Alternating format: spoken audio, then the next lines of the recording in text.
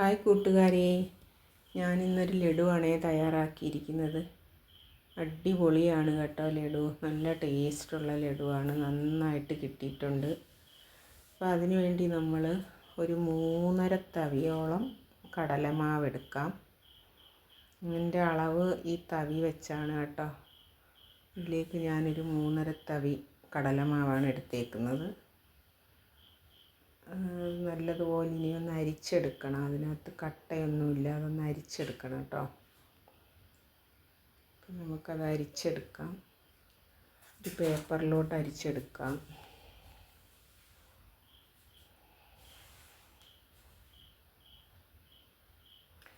അവസാനം വരുന്ന കട്ട നമുക്കങ്ങ് കളയാം. അതിനകത്ത് കട്ടയുണ്ട്, അത് വേണ്ട, അങ്ങ് മാറ്റിക്കളയാം. ഇനി നമുക്ക് ഈ മാവെല്ലാം കൂടി ആ പാത്രത്തിലോട്ടങ്ങ് ചേർത്ത് കൊടുക്കാം.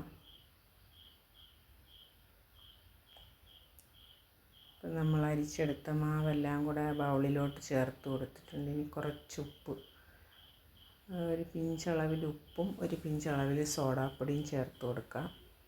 ഇനി നമ്മളത് കുറച്ച് വെള്ളം ഒഴിച്ച് നന്നായിട്ടൊന്ന് കലക്കിയെടുക്കണം കേട്ടോ. കുറേശ്ശെ വെള്ളം ഒഴിച്ച് കട്ട കെട്ടാതെ കലക്കിയെടുക്കണം. നല്ലപോലെ ഇളക്കി കൊടുക്കണം. ഇനി നമുക്കിതിനൊരു കളറ് കിട്ടാൻ വേണ്ടി കുറച്ച് മഞ്ഞൾപ്പൊടിയും കൂടെ ചേർത്ത് കൊടുക്കാം. മഞ്ഞൾപ്പൊടിയും മാവും കൂടെ യോജിപ്പിച്ചെടുത്തിട്ട് നമുക്ക് എണ്ണയിലോട്ട് ഒഴിച്ചു കൊടുക്കാം. എണ്ണയിലോട്ട് ഒഴിച്ചു കൊടുത്ത് നമുക്കിതൊന്ന് ചുട്ടെടുക്കാം കേട്ടോ. തിരിച്ചും മറിച്ചും ഇട്ട് വേവിച്ചെടുക്കണം. മാവ് നല്ല പോലെ ഒന്ന് വേവിച്ചെടുക്കണം. ഉള്ളിൽ നല്ലതുപോലെ വെന്ത് കിട്ടണം മാവ്.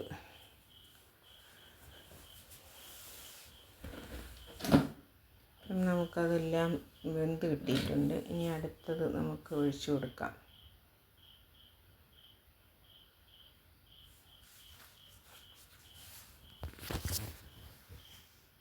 ഇപ്പോൾ എല്ലാം നമ്മളിങ്ങനെ വറുത്ത് കോരിയെടുത്തിട്ടുണ്ട്. ഇനി നമ്മളിതെല്ലാം കൂടെ മിക്സിയുടെ ജാറിലോട്ട് ഇങ്ങനെ പൊടിച്ചിട്ട് കൊടുത്തിട്ട് നമുക്കൊന്ന് പൊടിച്ചെടുത്ത് കൊണ്ടുവരാം.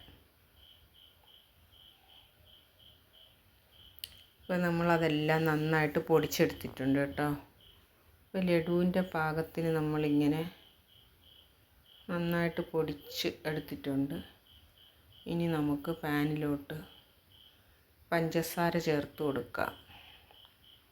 3 തവി പഞ്ചസാര ചേർത്ത് കൊടുത്തിട്ടുണ്ട്. അതിലേക്കൊരല്പം വെള്ളവും കൂടെ ഒഴിച്ചിട്ട് നമുക്ക് മെൽറ്റാക്കി എടുക്കണം. വളരെ കുറച്ച് വെള്ളം മതി കേട്ടോ, പെട്ടെന്നങ്ങ് അലിഞ്ഞ് വെള്ളമാവും അത്. ഇനി അതൊന്ന് ചൂടാകുമ്പോഴത്തേക്കും അലിഞ്ഞ് വരും. നല്ലതുപോലെ അലിഞ്ഞ് വരുന്നുണ്ടേ. ഇനി നമുക്കതിലേക്ക് ഒരു 5-6 ഏലക്ക പൊടിച്ച ഏലക്കയുടെ അരി പൊടിച്ച് ചേർത്ത് കൊടുക്കാം. ഏലക്ക ഇതിൽ അത്യാവശ്യമായിട്ടും വേണം. പിന്നെ 2 സ്പൂൺ നെയ്യ് ചേർത്ത് കൊടുക്കാം. നെയ്യും വേണം. ഇനി ഇതെല്ലാം കൂടെ ഒന്ന് മെൽറ്റായി വരുമ്പോൾ അതിലേക്ക് നമ്മുടെ പൊടിച്ച് വെച്ചിരിക്കുന്ന പൊടി അങ്ങ് ചേർത്ത് കൊടുക്കാം. കുറച്ച് പൊടി ചേർത്തൊന്ന് ഇളക്കിയിട്ട് പിന്നെ ബാക്കി പൊടിയും കൂടെ ചേർത്ത് കൊടുക്കാം.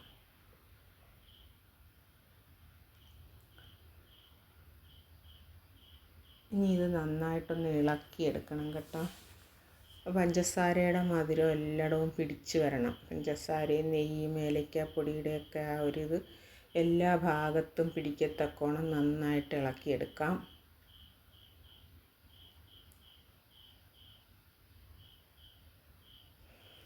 ഇനി നമുക്ക് അത് വാങ്ങി വയ്ക്കാം അടുപ്പിൽ നിന്ന്. ചൂടൊന്ന് കുറഞ്ഞ് കിട്ടുന്നത് വരെ നമുക്കൊന്ന് വെയിറ്റ് ചെയ്യാം. നല്ല ചൂടാണ്, എന്നാലും അത് ഉരുട്ടി വയ്ക്കാം. നമുക്ക് ഇഷ്ടപ്പെട്ട വലിപ്പത്തിൽ ഉരുട്ടിയെടുക്കാം കേട്ടോ. അപ്പോൾ എനിക്ക് നട്ട്സിൽ എനിക്കൊന്നും ഇല്ലായിരുന്നു ചേർത്ത് വയ്ക്കാൻ. എൻ്റെ കയ്യിൽ ബദാം പരിപ്പായിരുന്നു ഉള്ളത്. അത് ഞാൻ ക്രഷ് ചെയ്ത് അതിലോട്ട് ചേർത്തിട്ടുണ്ട്. കാഷ്യൂ ചേർക്കുമ്പോഴാണ് കുറച്ചുകൂടെ ഭംഗിയും രുചിയും വരുന്നത്. ഞാൻ ബദാമാണ് ഇപ്പോൾ ചേർത്തത്. നമുക്കിഷ്ടപ്പെട്ട വലിപ്പത്തിൽ ഉരുട്ടിയെടുക്കാം.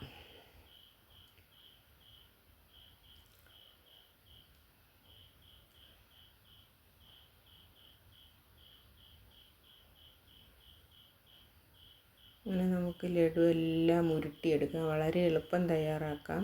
നല്ല ടേസ്റ്റിയാണ്.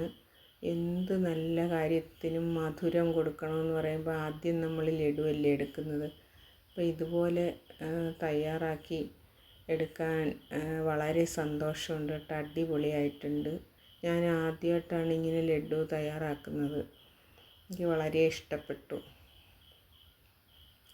നന്നായിട്ടുണ്ട്, സൂപ്പറായിട്ട് വന്നിട്ടുണ്ട്. അപ്പോൾ എല്ലാവരും ഇങ്ങനെ ലഡുവൊക്കെ തയ്യാറാക്കി പഠിക്കണം കേട്ടോ. അറിഞ്ഞുകൂടാത്തവരൊക്കെ ഇത് ചെയ്ത് നോക്കണം. നന്നായിട്ടുണ്ട്, നല്ല ടേസ്റ്റും ഉണ്ട് കേട്ടോ.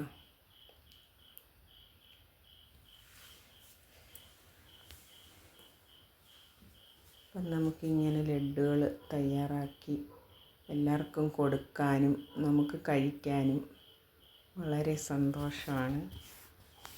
അപ്പം സൂപ്പറായിട്ട് ലഡു വന്നിട്ടുണ്ട്. ഇനി മറ്റൊരു വീഡിയോയിൽ കാണും വരെ ടാറ്റാ.